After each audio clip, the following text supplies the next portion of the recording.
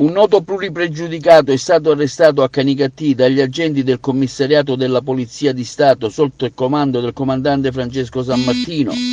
Il pluripregiudicato aveva anche minacciato i locali poliziotti di morte a seguito di percorse che lo stesso aveva fatto nei confronti dei suoi familiari e della moglie, che poi sono stati condotti dai poliziotti in un luogo privato per la loro incolumità. L'appello che viene fatto oggi dai poliziotti è quello ai cittadini a collaborare e avere fiducia nella giustizia. Purtroppo di Canicattì.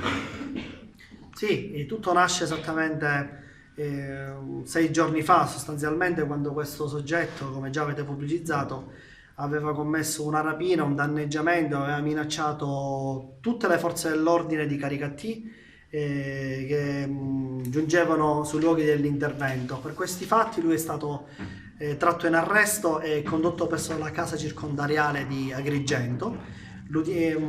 L'arresto è stato convalidato e su disposizione del GIP è stato condotto agli arresti domiciliari a casa sua a Canicattì, dove ahimè in questi giorni ne ha combinate di cotte e di crude, ci ha fatto lavorare veramente tantissimo.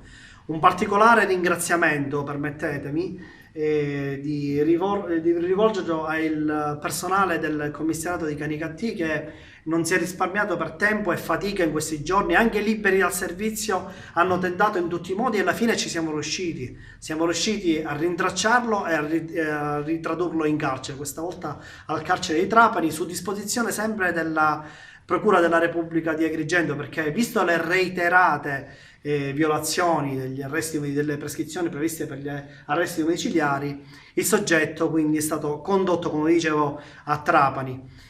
Mi preme sottolineare che era una persona abbastanza pericolosa per l'ordine e la sicurezza pubblica di Canicattì. Per questo voglio rivolgere un particolare ringraziamento al capitano dell'Arma dei Carabinieri e al capitano della Guardia di Finanza, che nei momenti così difficili, quando questo soggetto minacciava gratuitamente tutti gli operatori di polizia, non si sono risparmiati a tenderci la mano, ecco. Quindi abbiamo fatto squadra in questo senso e abbiamo dimostrato a Canicattì e a tutta la cittadinanza, che purtroppo non ha mai collaborato con le indagini, abbiamo dimostrato che lo Stato è presente.